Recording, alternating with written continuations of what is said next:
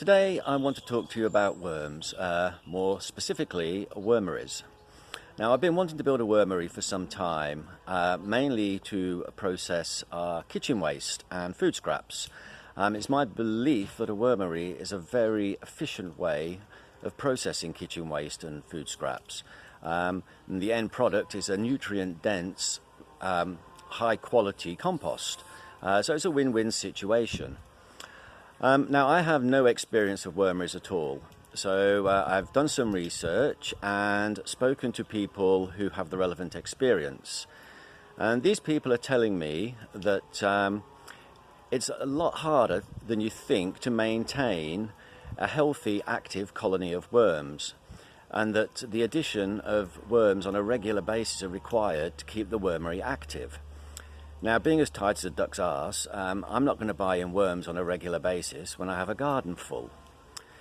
So I looked at the design of wormeries, and it appears that really there are only two sort of designs that are championed on various permaculture sites. One is a worm tower and one's a worm trough. Now both of these operate under very similar principles.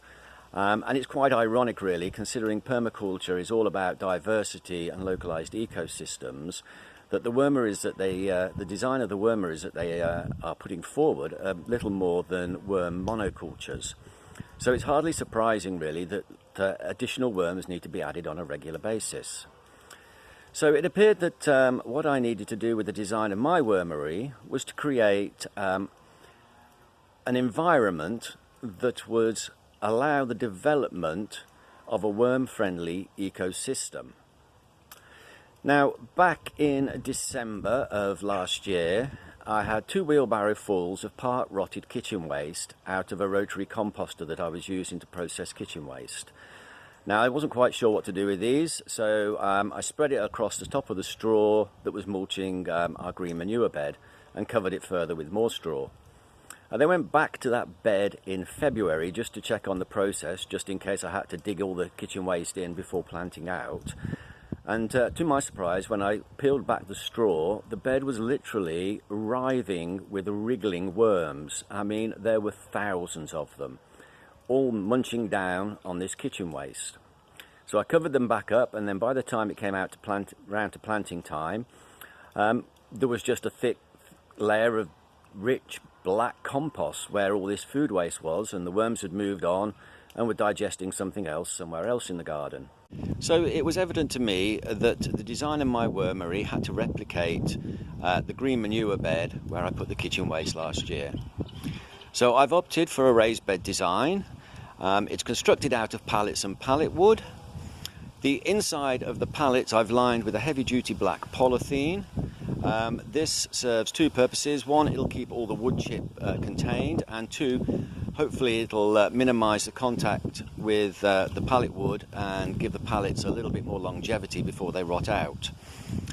Now, I could have just layered straw and food waste and straw and food waste and filled the bed up that way.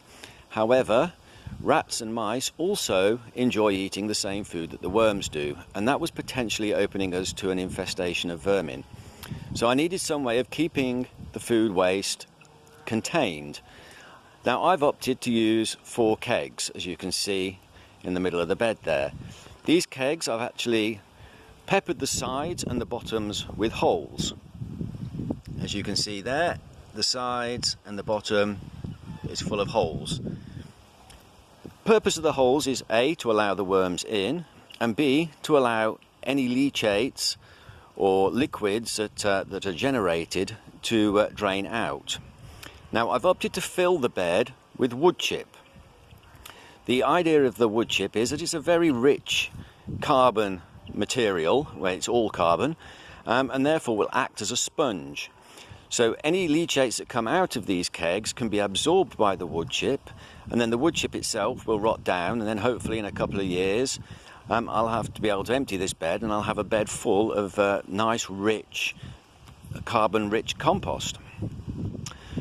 Right, so that's the general design. I must state at this point that although I've lined the sides with black polythene, the bottom of the bed is open. That's highly important. Otherwise the worms won't get in and the food won't get processed. Right, so we're now at the point where I'm opening a new keg.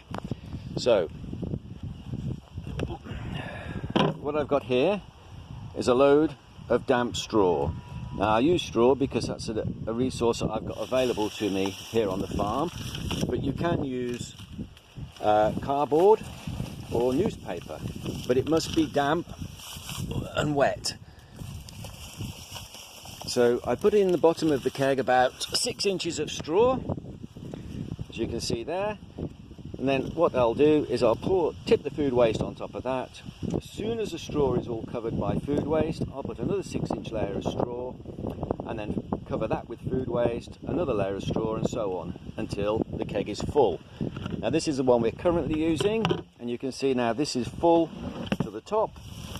So to seal this off, I'll put another layer of straw on top. That'll allow the worms to be active on the food waste that's at the top. So cover that up completely with straw. Okay, and then seal it off. Right, now all I need to do with that is leave it until we've worked our way around the other kegs, and then this one can be emptied and refilled again. So it's a bit of a continuous cycle.